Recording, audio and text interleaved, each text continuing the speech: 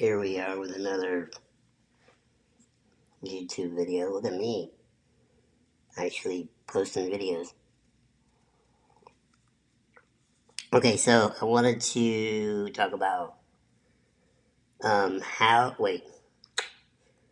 why and how I wrote a book. If you know anything about me or grew up with me, you know that I am not a fan of reading. I was not good at it as a kid. I just had no patience for it. And that kind of has carried on through my life. I had um, difficulty trying to stick with reading. Unless I'm really interested in something, it's hard to just sit and read for hours. This is why audiobooks are amazing. Anyway, so you may ask, how the hell did you write a book? I don't know. No, actually, first I'll start with why. Um, you know, when I jumped into the music business when I was in college, basically, and just progressed over the years and like had these small steps and big leaps and different stories, just crazy stuff, ups and downs, family things, personal things, professional things, like good and bad, whatever in between, just life shit.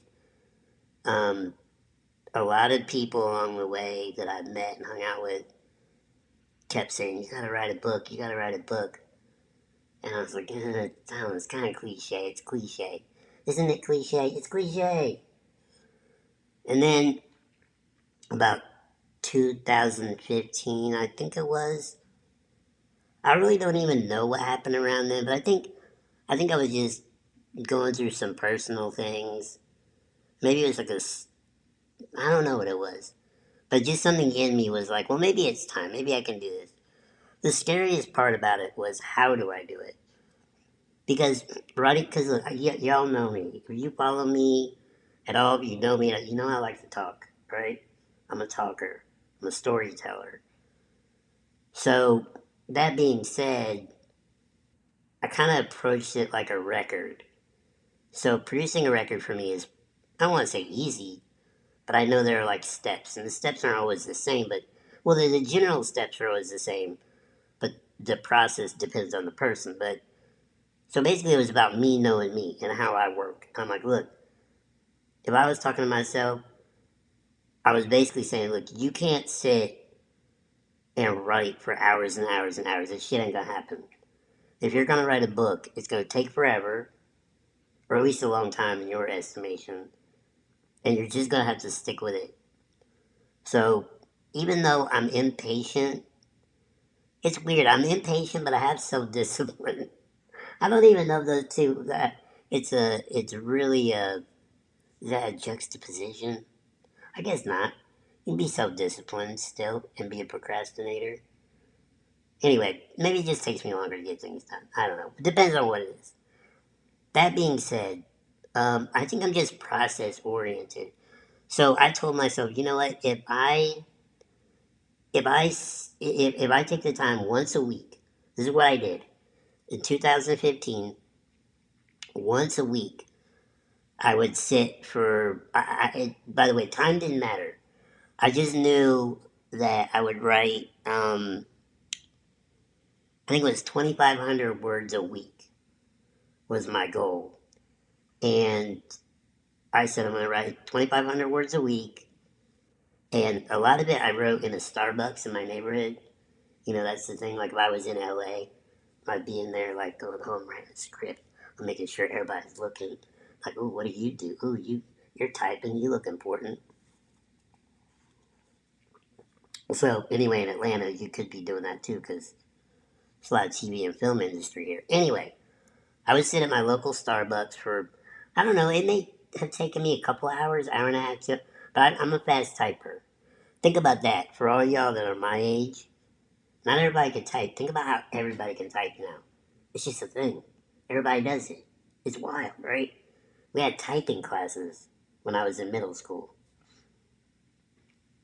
That's how old I am, kids. Okay, so every week, discipline. You know, because I like my Starbucks. I just like hot tea, okay? I can drink coffee, but it makes me poop like immediately. So anyway, this could be a story in my book. Uh, so anyway, so what I did was every week I would sit at the Starbucks or in my house, depending on the weather, how I was feeling, and I would write 2,500 words minimum. If I felt like going, like to keep going, I would keep going. That's not Forrest Gump. And if I got tired, I'd rest. Uh, so I did that, and what I did, I before I started, I wrote a list of topics. It's just general topics, so it could be like my grandparents or my father or the music industry or this or that, like basically broad topics, and then I would just spew out my memories about those things or people. And then it was crazy because after a year, I think I had like 400 pages written, which is nuts. And like tons of stories, tons of people mentioned, places, things. So the best thing I did though is I got an editor. One of my good friends, Neil Cribbs, also a artist that I work with. I think he has a degree in English. I hope Neil watches this and goes, "You dumbass." I'm sure he does. Anyway, he knows his shit, and he's a scholar. And he had one of his friends help him, and they edited my book. Basically, took out the things that were unnecessary. But the amazing thing they did, if you read the book, if you know me, you know it sounds like me. And if you don't know me yet, you read that book, you will. It sounds like me talking, which is weird because that's how I type. And I remember, just like one of my ex girlfriends said, "You say shit a lot." And then when Neil and I think it's Marcus, I hope it is. I'm horrible with remembering names from years ago. But when they edited, I believe they said, "You do say shit a lot." I'm like, "Leave it in there. That's me." So they whittled it down. I think it might be 270 pages. A lot of things. It was interesting because some of the things that were left. I don't even want to say left out. One of the downsides of it, that was misunderstanding. I could write another book. I could, and maybe I will. Another two books, probably. But they wanted something that people would read and not want to put down and just, zoom through it in a good way. And they did that. And unfortunately, I did have people contact me, and I've worked with so many people in my career, and just I know so many people. And I did have people contact me, and they had read it, and they were upset. And it was just weird because I wrote about a lot of things, and unfortunately, I had to send unreleased chapters to them to go. I didn't forget you. Like, I wouldn't. Like, this, I can only do so much. It was really weird. And, I'm not mad at people that did that. I get it. But, I mean, maybe there'll be another book or some B-sides. Yeah, the exclusive bits. Anyway, I printed the book, by the way. My main goal was to put it out digitally because I don't, I'm not a fan of, physical book anymore. There's no need to have it. People can read it on a Kindle or an iPhone or an iPad. So we did release it digitally, but I pressed up books.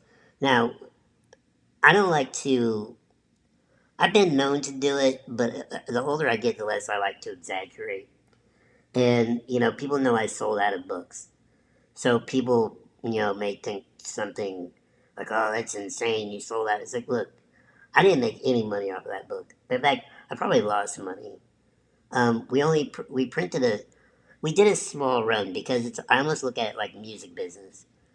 I'm not, it's when it came out, it was 2016. I'm not gonna sell a shitload of books.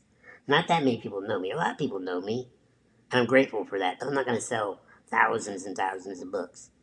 Maybe one day that would be cool, but I'm not going to. I'm not mad about that. This is what it is.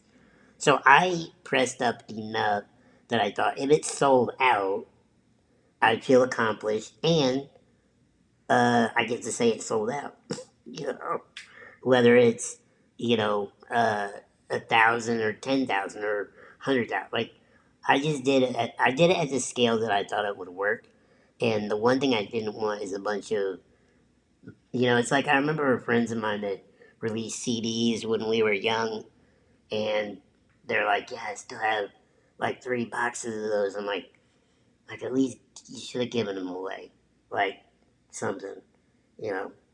But I sold the majority of my books. I gave a few away, to some good friends. Also, real quick, this is what I want to end on for today. I, the foreword of my book is one thing that really kind of is near and dear to my heart. My friend Steve Lillywhite, who is a world-renowned producer, first and foremost, just a nice guy and a good friend. Also on the professional end, just a genius in the studio, in my estimation. Um, and we became friends many years ago. And I had a short list of people, like kind of this dream list of people that could write my foreword. And I remember I was a little nervous.